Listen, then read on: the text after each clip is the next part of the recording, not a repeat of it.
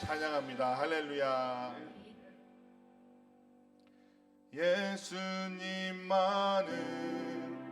더욱 사랑, 날이 갈수록 더욱 사랑, 고난이 와도 더욱 사랑, 내 삶의 고백 더욱 사랑. 다시 한번 예수님만은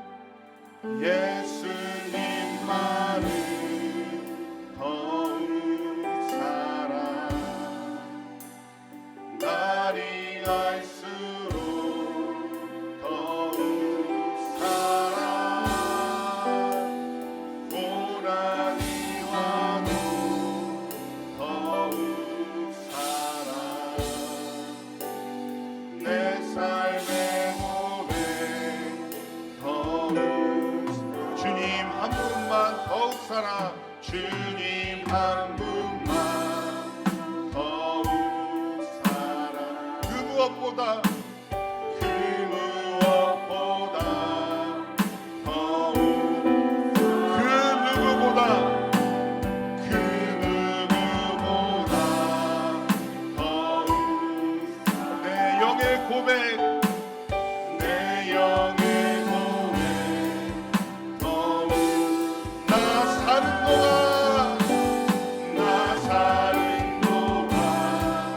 더욱 사랑, 숨질 때에도 더욱 사랑, 저 천국에서 더욱 사랑, 신부의 고백 더욱 사랑. 아멘.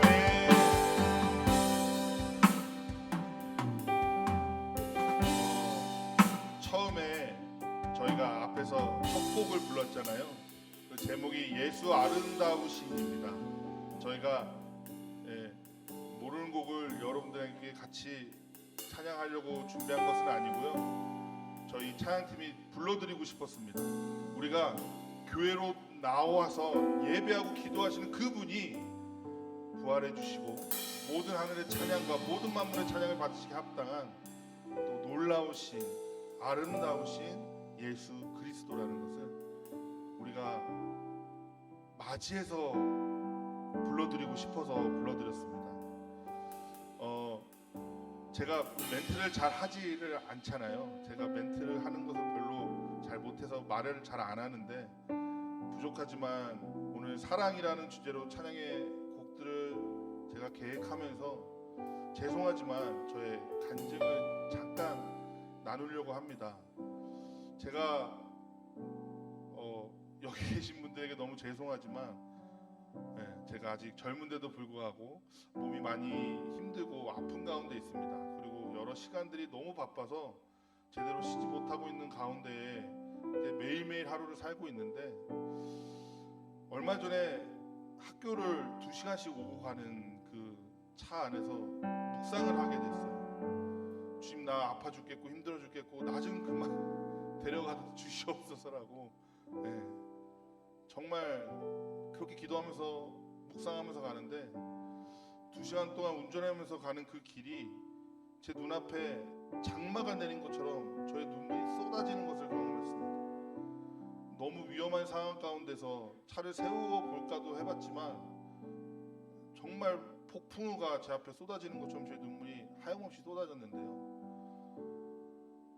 제가 너무나도 힘들고 아픈 가운데서 또 제가 인정받고 싶고 잘하고 싶은 그 마음 가운데서 그 모든 것 다 사라지고 남는 게 딱 하나 있더라고요.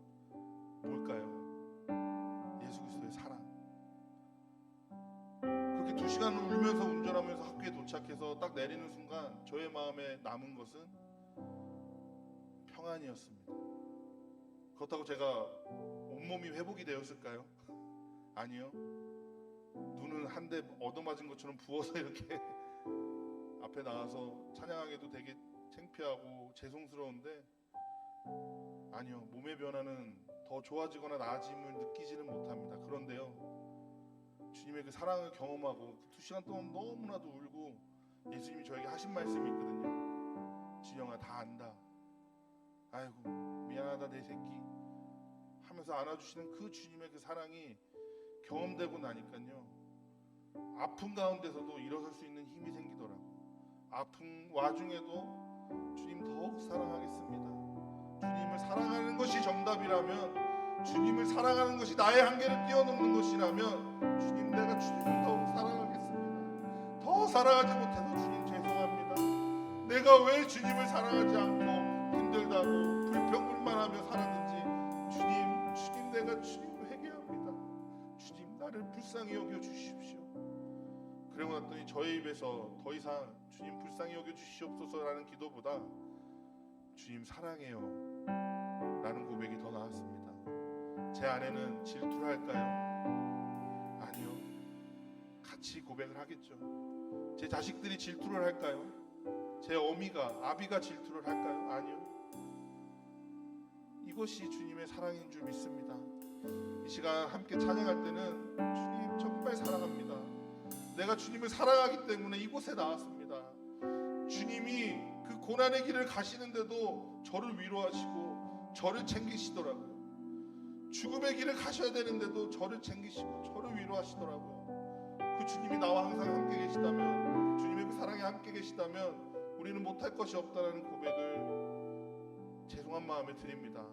제 이야기를 들으셔서 감사하고요. 이 시간 우리 함께 간절히 기도하면서 우리가 나아갈 때는 주님 사랑합니다. 주님의 사랑이 정답이었습니다. 주님의 사랑이 진짜 정답이었습니다 라는 마음으로 이 시간에 주님 사랑한다 고백하는 마음으로 함께 기도하기 원합니다. 기도하겠습니다. 하나님 사랑합니다. 주님 사랑합니다. 내 모든 삶의 여유와 내 모든 삶의 이익이 없다 할지라도 주님을 사랑하면 그 모든 것들이 해결되어지고 그 모든 것들보다 더 큰 은혜가 임할 줄 믿습니다. 내가 세상의 것들을 바라보고 내가 주님을 더 사랑하지 못하고 내 주변에 있는 사람들, 가족, 내가 사랑해야 될 것들을 먼저 사랑했음을 이 시간에 고백하오니 앞으로 나의 삶은 주님을 사랑한다 고백하는 삶이 되게 하여 주시옵시고 주님의 사랑이 가득 넘쳐나는 삶이 되는 놀라운 역사의 자리가 되기를 소망하오니 주님 저의 사랑을 받아주시옵소서. 주님 사랑합니다. 주님 사랑합니다. 주님 사랑합니다. 주님을 더욱 사랑합니다. 예수님만을 더욱 사랑하게 하여 주시옵소서. 이제 함께 찬양할 때 우리 주님 더욱 사랑하게 해달라고 우리 고백하는 마음으로 예수님만을 더욱 찬양하도록 하겠습니다.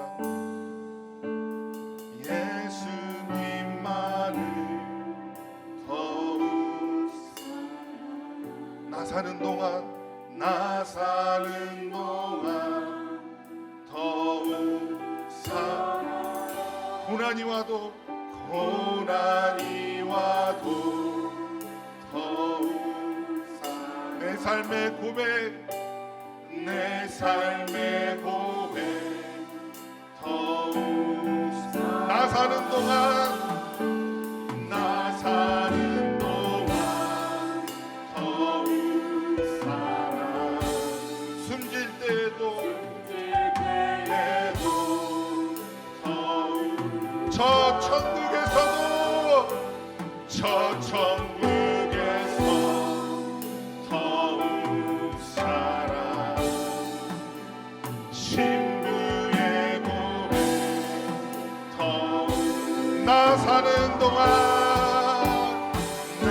사는 동안 더욱 살아 숨질 때에도 더욱 살아 저 천국에서 더욱 살아 신부의 고백 신부의 고백 우리 한 번 더 나 사는 동안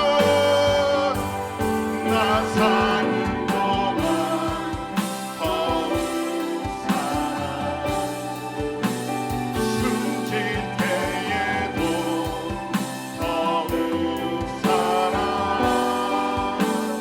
저 천국에서 더욱 살아 신부의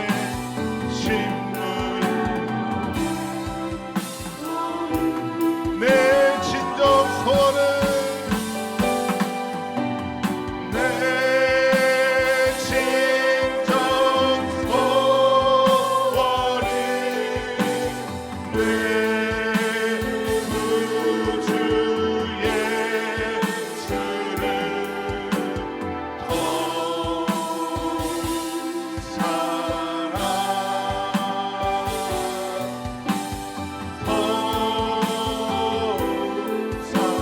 내 진정 소원은 내 진정 소원이 내 구주 예수 더욱 사랑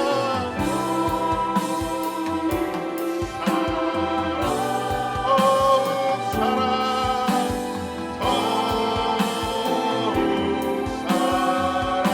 내 구주 예수를 내 구주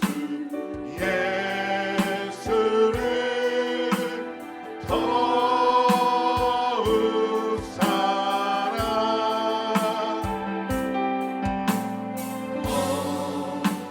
들려 비는 말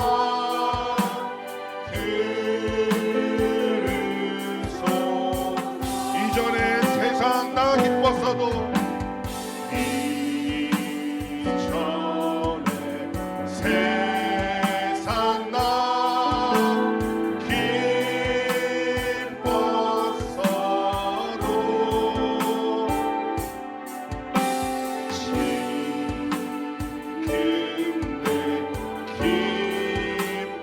오직 예수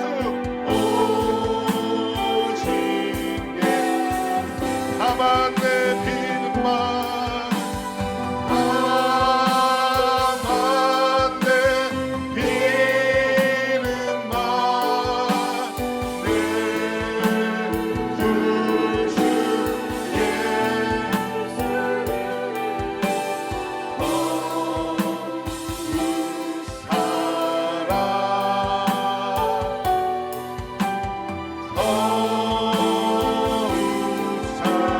이 세상 떠나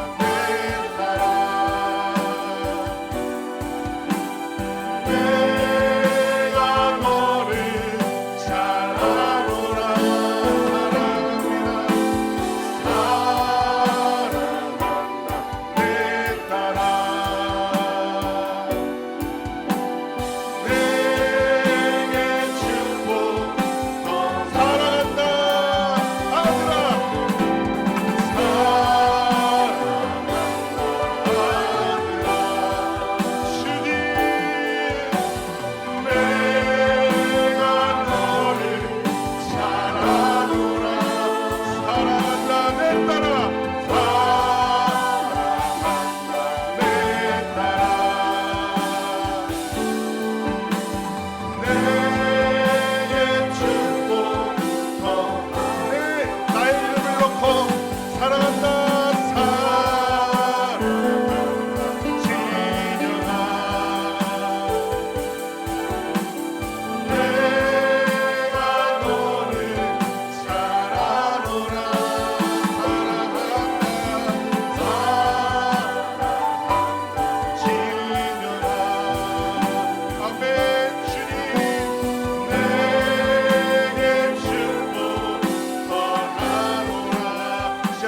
기도하기 원합니다.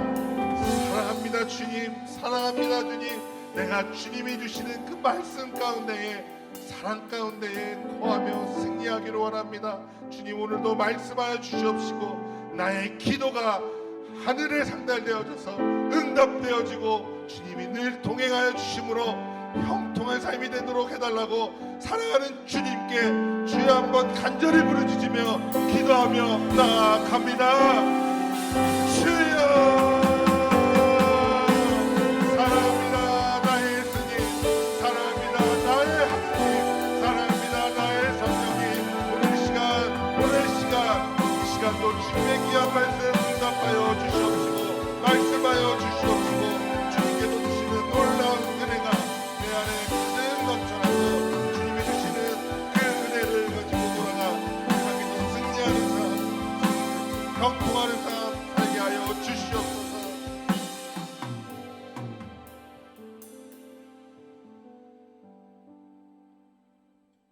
좋으신 주님, 찬양으로 우리의 마음을 열어주시고 말씀으로 은혜 받고 기도로 주님께 더 나가는 금요 기도회로 모이게 하심을 감사합니다. 사순절을 지나면서 우리의 믿음을 점검하는 시간이 되게 하시고 우리를 위해 지신 십자가의 사랑을 묵상하는 시간이 되길 기도합니다.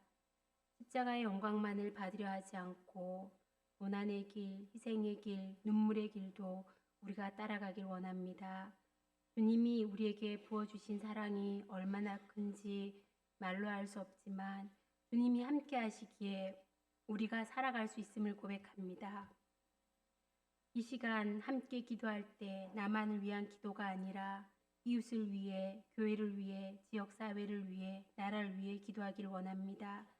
그리스도의 향기가 가득한 세간교회가 되게 하시고 말씀의 능력이 우리의 영혼을 치유하는 세간교회가 되기를 원합니다. 귀한 말씀을 전해주시는 신동 목사님께 성령이 함께해 주셔서 듣는 우리 모두의 살아가는 힘이 되기를 바라며 모든 말씀 예수 그리스도 이름으로 기도드립니다. 아멘.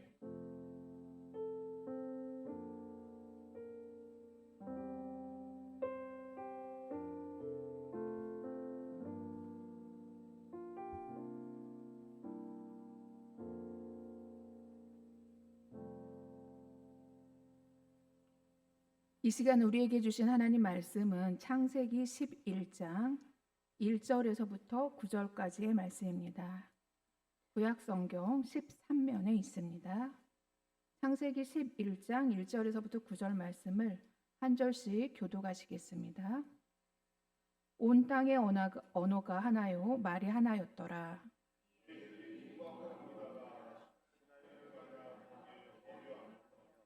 서로 말하되 자 벽돌을 만들어 견고히 굽자 하고 이에 벽돌로 돌을 대신하며 역청으로 진흙을 대신하고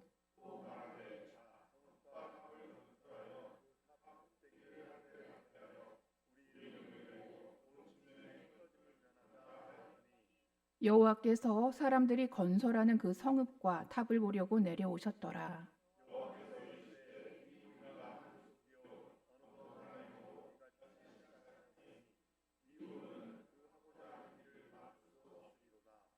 자, 우리가 내려가서 거기서 그들의 언어를 혼잡하게 하여 그들이 서로 알아듣지 못하게 하자 하시고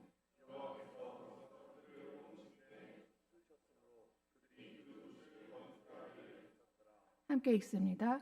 그러므로 그 이름을 바벨이라 하니 이는 여호와께서 거기서 온 땅의 언어를 혼잡하게 하셨음이니라.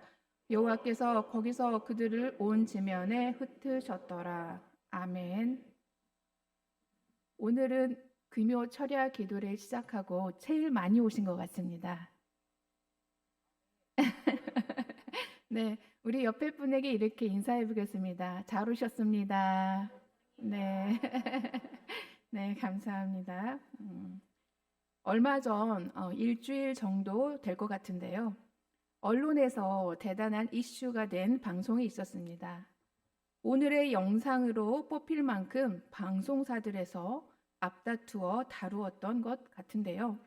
그 방송은 바로 추론이 가능한 인공지능을 합재한 휴머노이드 로봇의 출현을 알리는 내용이었습니다. 대한민국의 모든 방송사들에서 다루었기 때문에 우리 성도님들께서도 분명히 보셨을 것이라고 생각합니다. 그럼에도 불구하고 혹시 시청하지 못하시는 분들이 계실까 해서 제가 50초짜리 영상을 준비해 봤습니다. 우리 잠깐 영상을 시청하도록 하겠습니다.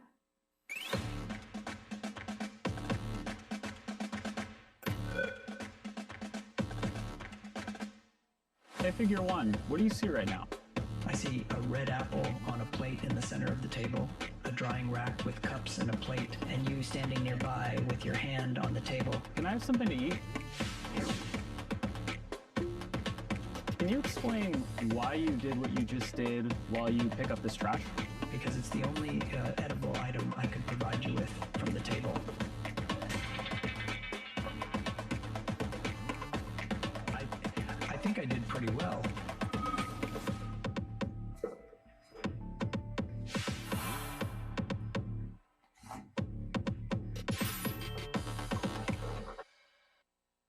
네, 영어로 대화를 해서 잘 못 알아들으셨죠? 네, 방금 영상에서 보신 로봇을 휴머노이드 로봇으로 이렇게 불리는데요. 그 이름이 피겨 01이라고 합니다. 이 영상이 공개되고 전 세계의 네티즌들이 우리가 지금까지 봐왔던 영화 터미네이터가 현실화될 날이 멀지 않았다면서 충격에 휩싸였다고 합니다. 물론 저도 마찬가지였습니다.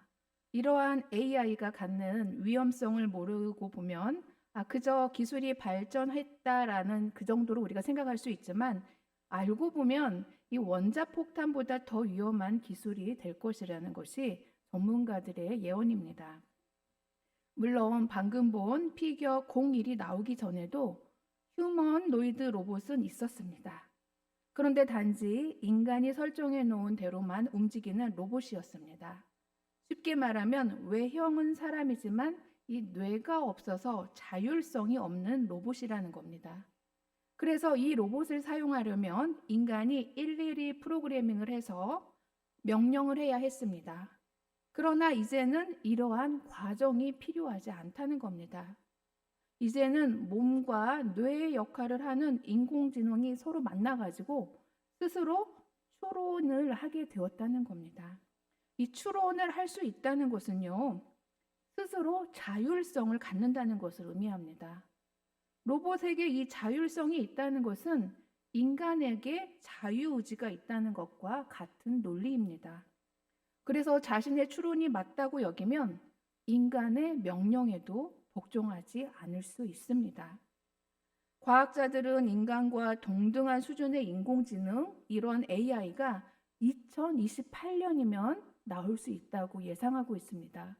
그러면은 인간의 지능을 뛰어넘는 초인공지능을 갖는 AI가 나오는 것은 정말 시간 문제라는 겁니다. 과학자들은 입을 모아서 인간이 신의 경지에 도전하는 이러한 광경을 조만간 펼쳐질 것이라면서 현대판 바벨탑의 부활이라고 비유하기도 합니다. 오늘 우리가 함께 읽은 본문은 굳이 크리스찬이 아니더라도 신앙이 없는 사람들이라도 알고 있는 이야기가 아닐 수 없습니다. 세상 사람들도 인간이 자신의 한계를 넘어서 신의 영역에 도전하려는 이러한 모습을 바벨탑 사건이라고 말합니다. 이처럼 놀라운 과학 기술력으로 이룬 인공지능 AI 또는 유전자 조작으로 이루는 생명 영장, 이러한 기술들을 우리가 바벨탑 사건으로 운운하는 이러한 사람들을 바라볼 때 이 사람들이 과연 신앙이 있는 사람일까라고 질문을 할 수 있습니다. 하지만 그들은 모두가 다 크리스찬은 아닙니다. 그렇다면 크리스찬으로서 우리에게 이 바벨탑 사건은 어떻게 이해되어야 할까요? 오늘 말씀을 통해서 고난주간을 맞이하기에 앞서서 우리가 회복해야 할 모습이 무엇인지 깨닫고자 합니다. 먼저 오늘 본문의 내용을 바로 다루기에 앞서서 이 바벨탑 사건이 자리하는 위치를 살펴보고자 합니다. 우리가 GPS를 켜면 제일 먼저 현재 서 있는 자리를 표시해주고 또 거기서부터 동서남북을 향하여 나아갈 수 있는 것처럼 이 바벨탑 사건의 위치가 어디인지를 살필 때 우리는 이 바벨탑 사건의 기록 의도를 깨달을 수 있고 우리가 주님의 뜻대로 나아가고 있는지 그 방향성을 살필 수 있기 때문입니다. 그렇다면 바벨탑 사건의 위치는 어디일까요? 우리가 창세기를 읽어가다 보면 바벨탑 사건은 두 개의 족보 사이에 끼어 있음을 알 수 있습니다. 창세기에서 이 족보는 굉장히 중요한 역할을 하는데요. 크게 10개의 족보가 기록되어 있습니다. 그런데 이 바벨탑 사건 바로 앞에는 홍수 이후에 그 노아 후손이 기록되어 있는데요. 이거를 보통 열방 족보라고 부릅니다. 그리고 바벨론 사건 바로 직후에는 아브라함의 조상인 셈의 족보가 있습니다. 이와 같은 본문의 위치는 바벨탑 이야기가 의미하는 것이 무엇인가에 대한 방향성을 설정해 주기 때문에 중요한 역할을 합니다. 우리 성경을 통해서 확인해 보겠습니다. 먼저 11장, 우리가 읽었던 11장 1절 바로 앞부분인 10장 32절을 함께 읽겠습니다. 이들은 그 백성의 족보에 따르면 노아 자손의 족보들이요 홍수 후에 이들에게서 그 땅의 백성들이 나뉘었더라. 아멘. 그리고 이제 바벨탑 사건 바로 뒤에 있는 셈의 족보를 함께 보겠습니다. 11장 10절과 26절을 함께 읽어보겠습니다. 셈의 족보는 이러하니라. 셈은 100세 곧 홍수 이전에 아르박삿을 낳았고 데라는 70세에 아브람과 나홀과 하란을 낳았더라. 아멘. 여기서 잠깐 혹시 두 족보 사이의 차이를 보신 분이 계십니까? 만약에 보신 분이 계시다면 당장 신학교에 가셔서 가르치셔도 됩니다. 네, 근데 안 계신 것 같아요. 네, 앞에서 잠깐 말씀드렸던 것처럼 이 바벨탑 사건 바로 앞에 있는 족보는 이 땅의 모든 백성들, 바로 열방의 족보라면 바벨탑 사건 뒤에 있는 족보는 이 땅의 모든 백성들의 족보가 아니라 믿음의 조상인 아브라함이 속해 있는 셈의 족보, 바로 선민의 족보로 축소된다는 겁니다. 이를 통해서 우리가 알 수 있는 것은 성경은 세상의 모든 역사, 보통 이를 보편사라고 하는데요. 이 보편사를 기록한 것이 아니라 하나님께서 자기 백성을 선택하시고 인도하시고 구원하시는 역사를 기록하고 있다는 것입니다. 우리는 보통 이것을 구원의 역사, 구속사라고 합니다. 그리고 오늘 우리가 함께 읽은 이 바벨탑 사건이 열방의 역사, 보편사에서 선민의 역사, 바로 구속사로 넘어가는 그 시작점, 그 경계선에 있다는 것입니다. 물론 하나님이 보편사를 다스리지 않으신다거나 보편사가 중요하지 않다는 것은 아닙니다. 그러나 하나님께서는 구속사 안에서 주님의 뜻을 구체적으로 보여주시는데 그것은 선택하신 백성에게 약속을 주시고 주님의 이름을 나타내시고 주님의 이름으로 살아가도록 사명을 주신다는 겁니다. 예를 들어서 우리가 연극을 볼 때 무대가 있지만 배우들에게 조명이 비춰집니다. 연극의 이야기가 무엇인지 들려주기 위해서 그렇습니다.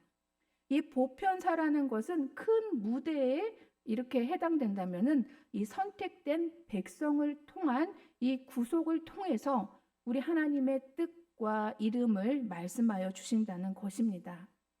그래서 보편사에 속하는 이 바벨탑 사건은 열방이 온 인류가 다시 한번 죄에서 실패한 것을 보여주면서 선민의 역사, 구속사를 예비하는 사건이라는 것을 우리는 깨달을 수 있다는 겁니다.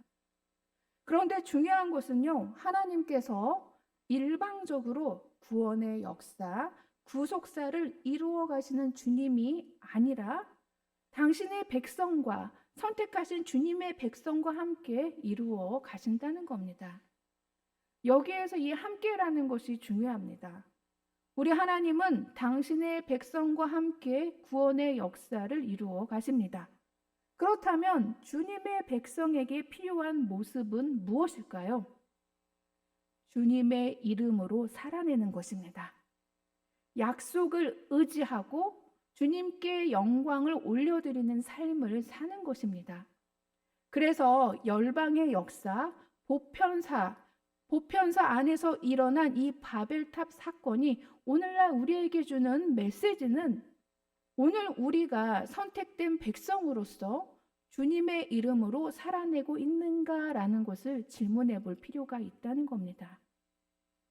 오늘 본문 11장 2절은 하나의 언어와 같은 말을 하는 온 땅의 백성들이 동방으로 옮겨가다가 시날 평지를 발견하고 거기서 머물기 시작했다고 말씀합니다. 우리가 생각하기에 언어가 하나이면 당연히 말도 하나일 텐데 창세기 저자는 그것을 구별해서 기록합니다. 이것은 언어도 하나이지만 그들이 하는 말의 내용이 같았다는 것을 의미합니다. 누군가 A는 A다라고 말을 하면 다른 누군가는 아니다, A는 B일 수도 있다라고 말하지 않았다는 겁니다. 이러한 모습은 바벨탑을 건설하고자 했을 때 아무도 그래서는 안 된다라고 말하지 않았다는 겁니다. 그들은 하나의 언어로 같은 내용의 말을 하기 시작했다는 겁니다. 우리 함께 3절에서부터 4절 말씀을 다시 한번 읽어보겠습니다. 서로 말하되 자 벽돌을 만들어 견고히 굽자 하고 이에 벽돌로 돌을 대신하며 역청으로 진흙을 대신하고 또 말하되 성읍과 탑을 건설하여 그 탑 꼭대기를 하늘에 닿게 하여 우리 이름을 내고 온 지면에 흩어짐을 면하자 하였더니 아멘. 이처럼 같은 내용의 말을 하는 그들은 어느 누구도 이것은 안 된다라는 말을 하지 않았다는 겁니다. 그렇다면 그들이 서로 나눈 대화를 통해서 볼 때 바벨탑을 건설하려는 의도는 무엇일까요? 우리는 세 가지를 발견할 수 있는데요. 그들은 먼저 벽돌을 만들어 단단하게 불에 굽자라고 말합니다. 그리고 벽돌 사이사이에 붙일 수 있는 이 접착제로 진흙을 사용하지 말고 역청이라고 불리는 이 천연 아스팔트로 사용하자라고 합니다. 벽돌을 굽는 것은 인류 문명사에서 가히 기술혁명적이라고 불린다고 합니다. 고대 사회에서는요, 벽돌을 햇볕에 말린 것과 불에 구운 것 두 가지 종류가 있었는데요. 이 불에 구운 벽돌은 햇볕에 말린 것보다 훨씬 견고했습니다. 더욱이 벽돌 사이사이에 이 천연 아스팔트라는 물질로 붙인다는 것은 인간이 살 수 있는 집뿐만 아니라 거대한 건축물을 지을 수 있는 기술을 갖게 되었다는 것을 의미합니다. 이러한 발전은 그들에게 자신감을 주었는데 그 자신감은 결국 하나님의 약속의 말씀, 하나님의 약속의 말씀에 불신앙하도록 그 불신앙으로 나아가게 만들었다는 겁니다. 굳이 하나님을 의지하지 않아도 그들 스스로 자신들의 생존을 보장할 수 있을 것 같았기 때문입니다. 티그리스 강과 유프라테스 강 사이 그 하류 쪽에 위치했던 그 시날 평지, 그리고 풍부하게 얻을 수 있는 진흙과 역청, 벽돌을 구워서 쌓아 올릴 수 있는 기술력은 이 자연 재해로부터 그들을 구할 수 있을 것 같았습니다. 특별히 이들이 성읍 탑 꼭대기를 하늘에 닿게 하자라는 이 굳은 결심 속에는 구체적으로 하나님의 약속을 믿을 수 없다는 불신앙의 모습이 포함되어 있습니다. 왜냐하면 이들은 노아 홍수를 막 겪은 후손들이었기 때문에 이 다짐 속에는 노아 홍수 때문에 멸망해야 했던 이 과거의 역사를 되풀이하지 않겠다는 이 굳은 의지가 표현되어 있다는 것입니다. 이러한 의지가 불신앙이 될 수밖에 없는 것은요, 하나님께서 이미 그들에게 무지개 언약을 통해서 다시는 물로 세상을 심판하지 않을 것이라는 약속을 주셨기 때문입니다. 하지만 그들은 그런 하나님의 약속을 불신하고 있다는 겁니다. 우리 함께 창세기 9장 15절, 우리 하나님이 주신 약속을 함께 읽어보겠습니다. 내가 나와 너희와 및 육체를 가진 모든 생물 사이에 내 언약을 기억하리니 다시는 물이 모든 육체를 멸하는 홍수가 되지 아니할지라. 아멘. 이렇게 하나님께서 약속을 주셨다는 겁니다. 그런데 그들은 그 약속을 못 믿겠다는 겁니다. 앞으로 또 다른 홍수가 오면 어떡하냐는 겁니다. 그러니 벽돌을 쌓아서 높이 쌓아서 자신들 스스로 자신들의 안전을 보장받겠다는 것입니다. 이처럼 하나님의 약속에 대한 불신앙을 드러내고 있다는 겁니다. 두 번째로 이제 이들은 하나님을 위하여 살지 않고 자기 자신을 위하여 살겠다는 다짐을 반복적으로 드러내고 있습니다. 우리 함께 4절을 우리말 성경으로 다시 읽어보겠는데요. 화면을 보고 함께 읽어보겠습니다. 그리고 그들이 말했습니다. 자, 우리가 우리를 위해 성을 쌓고 하늘까지 닿는 탑을 쌓자. 우리를 위해 이름을 내고 지면에 흩어지지 않게 하자. 아멘. 우리와 함께 읽은 이 우리말 성경은 이 개역개정에서 번역하지 않은 부분을 잘 살려서 번역하고 있음을 알 수 있습니다. 그 부분은 아까 노란색으로 표시되어 있던 우리를 위해라는 2번 반복되고 있는 우리를 위해라는 부분입니다. 이 부분을 이제 히브리어로 라누라는 단어를 쓰는데요. 이 뜻을 우리가 이제 통해서 우리가 알 수 있는 것은 이를 통해서 이제 이 사람들은 이 바벨탑을 건축하려고 하는 이 사람들은 하나님의 영광을 위해서 살도록 하나님의 형상대로 지으심을 받은 자신들의 사명을 버리고 자기 자신을 위해서 살겠다고 다짐하고 또한 강조하고 있음을 알 수 있습니다. 그래서 우리는요, 우리를 위하여 성을 쌓고 또 우리를 위하여 이름을 내자라고 하고 있는 이들의 의도를 우리가 깨달을 수 있다는 겁니다. 하나님의 이름으로 살지 않겠다는 겁니다. 이제 주님의 이름으로 살지 않겠다는 겁니다. 자신들의 이름을 위해서 살고 또 자신들의 영광을 위하여서 살겠다는 겁니다. 자기 자신을 위하여 사는 사람은 말씀에 순종할 수 없습니다. 그래서 신할 평지에 모였던 그들도 하나님 말씀에 역행하는 행동을 다짐하게 되는데요. 그것은 흩어지지 않도록 하자라는 말씀입니다. 오늘날 우리는 흩어지지 않도록 하자라는 이 다짐이 왜 하나님 말씀에 역행하는 것인지 의아해할 수도 있습니다. 그러나 하나님께서는요, 홍수 이후에 인류에게 무지개 언약을 주시면서 땅에 가득하라는 축복의 말씀도 함께 주셨습니다. 우리 창세기 9장 7절을 함께 읽어보겠습니다. 너희는 생육하고 번성하며 땅에 가득하여 그 중에서 번성하라 하셨더라. 아멘. 이처럼 하나님께서는 노아 홍수 이후의 인간들, 이 사람들에게도 땅에 가득하여 충만하도록 명령하셨고 또 그러한 복을 주셨습니다.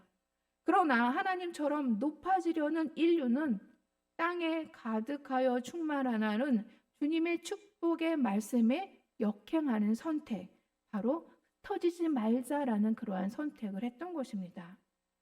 오늘날 개인주의화된 이러한 사회에서 우리는 너무나 작은 단위로 찢어지고 흩어져서 함께 모여서 사는 가족과 공동체를 꿈꾸기도 합니다. 그래서 왜 흩어지지 않는 것이 부정적인가에 또한 우리는 의아해할 수 있습니다. 그러나 공동체와 집단은 다른 모임의 성격을 말합니다. 이 공동체는 그 안에서 구성원들이 서로 다른 것을 존중해 줍니다. 그러나 집단은 공동체에 포함된 구성원들의 다름을 인정하기보다는 이 개인이 공동체 전체에 맞춰갑니다. 그래서 이 바벨탑을 쌓은 무리는 흩어져서 땅에 충만하라는 하나님의 말씀에 불순종했을 뿐만 아니라 그들이 서로 다름이 없는 같은 말만을 하면서 집단적으로 불신앙의 죄에 빠진 것입니다. 그래서 어떻게 보면 이 에덴 동산에서 보여준 아담의 범죄는 개인적인 범죄의 모습이라면 이제 이 바벨탑을 통해서 우리가 볼 수 있는 것은 집단적으로 보여준 범죄라고 말할 수 있다는 겁니다. 이들은 이처럼 자신들을 위해서 살고 또 흩어지지 말자라고 지금 하나님의 명령에 불순종하고 있는 모습을 우리가 볼 수 있습니다. 마지막으로 세 번째, 그들은 자신들의 이름을 낸다라는 다짐을 통해서 하나님 앞에 불신앙의 절정을 보여주고 있습니다. 이름을 낸다라는 이 히브리어 표현은 아사쉔이라는 표현인데요. 구약 성경에서 이 단어의 주체로 표현되는 이렇게 주체가 딱 세 분이라고 해야 되겠죠. 우리 하나님 한 분, 그리고 다윗, 그리고 오늘 바벨탑의 무리들. 이 주체가 부분밖에 없다는, 세 분야로만 나눠진다는 겁니다. 모든 주체는 하나님이신데 딱 사람에게 이렇게 적용될 때가 다윗에게 세 번이 적용되는데요. 먼저 이 아사쉔이라는 이 단어가 하나님께 집중적으로 사용되는 단어인데요. 이 단어가 쓰이는 대표적인 곳을 한번 우리가 살펴보면은 예레미야 32장 20절입니다. 우리 함께 예레미야 32장 20절을 읽어보겠습니다.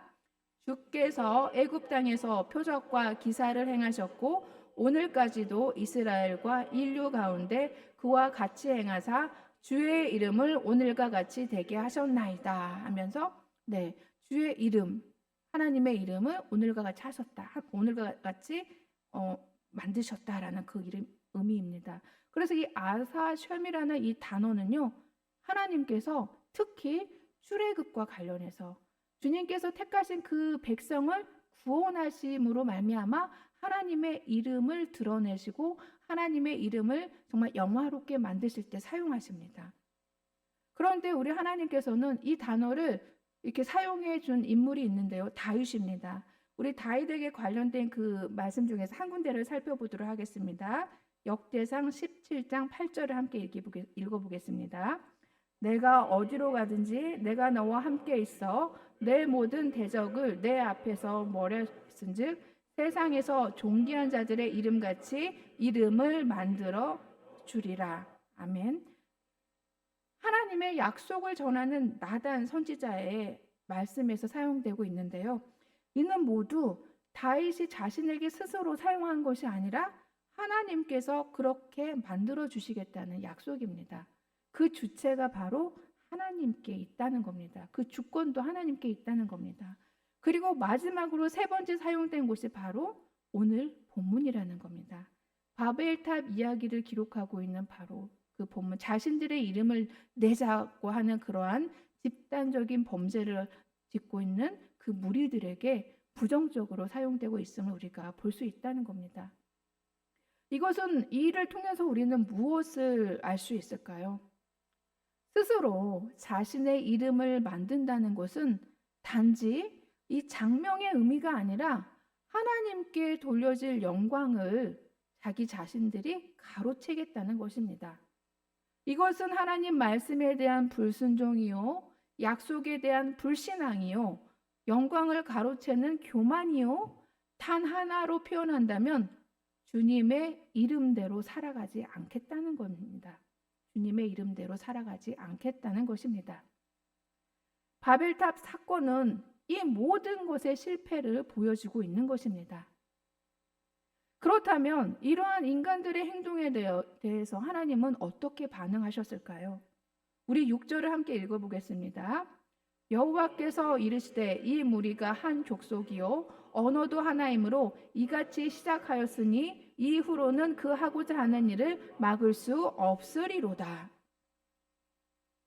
하나님은 바벨탑을 쌓는 사람들이 같은 말, 여기서는 단지 같은 언어만을 의미하기보다는 아무도 안 된다라고 말하지 않고 모두 같은 내용의 말을 하면서 일사불란하게 움직이는 것을 가리킵니다. 하나님께서는 그들이 그렇게 말하면서 하는 일들을 보시고 그것은 단지 시작에 불과하다는 것을 아셨습니다. 그래서 그 이후로는 그들이 하고자 하는 일을 중단시킬 수 없을 것을 우리 주님께서 말씀하십니다. 이 말씀은 하나님이 능력이 없으셔서 그들이 하는 일을 멈추게 할 수 없다는 것을 의미하는 것이 아니라 심판 외에는 그 일을 멈추게 하는 방법이 없을 것이라는 말씀입니다. 그래서 하나님께서는 심판하시기 전에 하나님께서는 그들이 하는 말을 혼란케 하심으로 또한 그들이 같은 말을 하지 못하게 하셨습니다. 또한 같은 말을 하지 못하게 하심으로 또한 서로 알아듣지 못하게 하시고 또한 그들로부터 그 범죄로부터 더 이어질 수 있는 다른 죄들을 막으셨다는 것입니다. 나아가서 그들을 흩어지게 하심으로 주의 말씀이 이루어질 수 있도록 하셨습니다. 성도 여러분, 우리가 지금까지 바벨탑 사건과 또 바벨탑 사건이 갖고 있는 의미들을 함께 나누었는데요.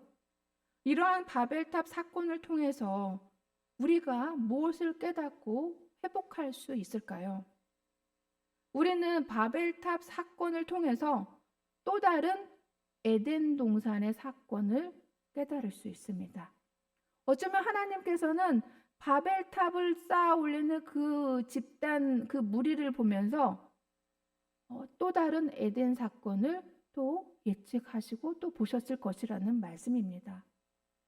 만약 우리가 좀 전에 나누었던 것처럼 에덴 사건이 아담이라는 개인의 불순종으로 일어난 사건이라면 이 신할에서 일어난 바벨탑 사건은 집단적으로 일어난 불순종, 하나의 언어로 같은 말을 하는 집단에 의해서 일어난 불순종 사건이라는 겁니다. 바벨탑 사건은 다시 한번 온 인류가 주의 이름으로 살아가는 것, 주의 약속을 믿는 것, 말씀으로 살아가는 것에 실패했다는 것을 보여주는 사건이라는 겁니다. 그러나 아담이 실패했어도 또 노아 무지개를 통해서 약속을 받은 열방이 실패했을지라도 우리 하나님께서는 실패하시는 분이 아니십니다. 우리 하나님께서는 실패하지 않으시고 주님의 구속사, 구원의 역사를 선택하신 주의 백성과 함께 이루어 가신다는 말씀입니다. 우리는 바벨탑 사건이 자신들의 이름으로 살아가는 세상 사람들, 열방이 아닙니다. 우리는 주님의 이름으로 살아가는 주님의 백성입니다. 우리는 이 사건을 통해서 우리 하나님께서 주님의 백성을 예비하시는 사건으로, 주님의 구속의 역사를 알리시는 사건으로 우리는 깨달아야 한다는 것입니다. 그리고 오늘날 그 예비하신 주님의 백성이 바로 우리라는 것을 믿습니다. 그러니 우리는 세상의 역사, 열방의 역사가 실패하는 것을 동일하게 실패할 것이 아니라 우리는 주님의 이름으로 일어나서 믿음으로 승리하고 하나님의 약속의 말씀으로 승리할 수 있는 저와 우리 성도님들이 되시기를 바랍니다. 만약 우리가 바벨탑 사건을 고도로 발달한 과학 기술 등에서 찾는다면 상합탑 속에 있는 사람들의 얘기가 될 뿐 그들의 리그만 될 것입니다. 그러나 조금 더 깊은 의미를 찾아본다면 우리의 사명을 다시 되새기게 하는 사건이라는 것입니다. 우리의 사명이 무엇입니까? 주님의 이름으로 살아가는 것입니다. 주님의 약속을 붙잡고 살아가는 것입니다. 우리를 위해서 사는 것이 아니라 하나님을 위해서 살고 하나님께 영광 올려드리는 삶이 바로 우리의 사명이라는 겁니다. 며칠 전에 제가 아버지의 이름으로라는 그런 영화를 우연히 유튜브에서 보게 되었습니다. 이 영화를 보신 분도 계시리라고 생각합니다. 이 영화는 1970년대 영국에서 길포트 테러 사건 이 실화를 바탕으로 한 영화라고 합니다. 주인공 아들 제리와 그의 아버지에 대한 이야기인데요. 이 아들 제리는 내세울 것이 잘난 것이 하나도 없는 아들이었습니다. 기껏 하는 일이라고는 고철 덩어리를 훔쳐서 파는 그러한 아들이었습니다. 그런데 경찰들이 억지로 주장을 하면서 하루아침에 테러범으로 몰리게 되면서 이 아버지와 함께 30년형을 받게 된 것입니다. 아무 이유 없이 정말 제리라는 아들과 또 아버지가 이제 감옥에 갇히게 된 것입니다. 그런데 아버지는 아들의 말을 믿는 겁니다. 아무리 경찰들이 당신의 아들은 테러범이다라고 해도 아버지는 아들을 믿는 것입니다. 그러면서 같이 감옥에 갇혀 있음에도 불구하고 아버지의 이름으로 그 아들의 무죄 선고를 위해서 감옥 안에서 캠페인을 벌였던 것입니다. 자기 아들은 무죄라는 겁니다. 처음에는 아들이 그러한 아버지의 진심을 받아들이지 않다가 나중에는 아버지의 진심을 받아들이면서 함께 캠페인을 벌였지만 아버지는 결국 건강 악화로 감옥에서 생을 마감하게 됩니다. 제리는 아버지의 뜻을 받아들여서 아버지의 이름으로 계속 캠페인을 이어갔고 결국 15년 만에 이 무죄 판결을 받게 됩니다. 제리의 아버지는 아버지의 이름으로 끝까지 아들을 믿어주고 아들을 지키고자 하면서 그 아들을 사랑했다면 이제 그 뒤에 그 아들은 아버지의 이름으로 자신의 아버지의 뜻을 이어가는 그러한 모습이 참 인상적이었습니다.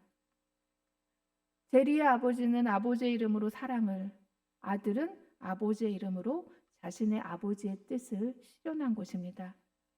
저는 이 영화를 보면서 비록 아주 똑같지는 않을지라도 하나님 아버지 앞에서 우리의 모습이 이와 비슷하지 않을까 생각했습니다. 하나님은 주님의 이름으로 우리를 부르시고 죄를 용서하셨습니다. 그리고 우리가 주님의 이름으로 살아가도록 사명을 주셨습니다. 이 사순절에 우리가 다시 회복해야 할 모습이 있다면 그것은 하나님의 이름으로, 주님의 이름으로 우리가 주저앉은 곳에서, 실망한 곳에서, 절망한 곳에서 다시 일어서는 것입니다. 그것이 주님의 이름으로 살아가는 것입니다. 약속의 말씀을 붙잡고 우리의 이름이 아니라 주님의 이름을 위하여 일하고 또한 주님의 영광을 위하여 살아가는 것이 바로 우리의 사명이고 주님의 이름으로 살아간다는 것을 꼭 기억하고 그러한 것을 회복할 수 있는 사순절 그리고 다음 주 고난주간을 맞이할 수 있는 저와 우리 성도님들이 되시기를 간절히 바랍니다. 아멘. 이 시간에는 우리가 찬양함으로 기도의 자리로 나아가도록 하겠습니다.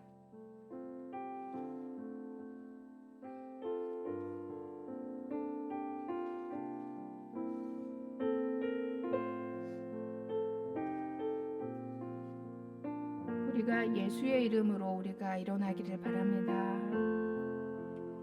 예수의 이름으로 나는 일어서리라. 주가 주신 능력으로 나는 일어서리라. 원수가 날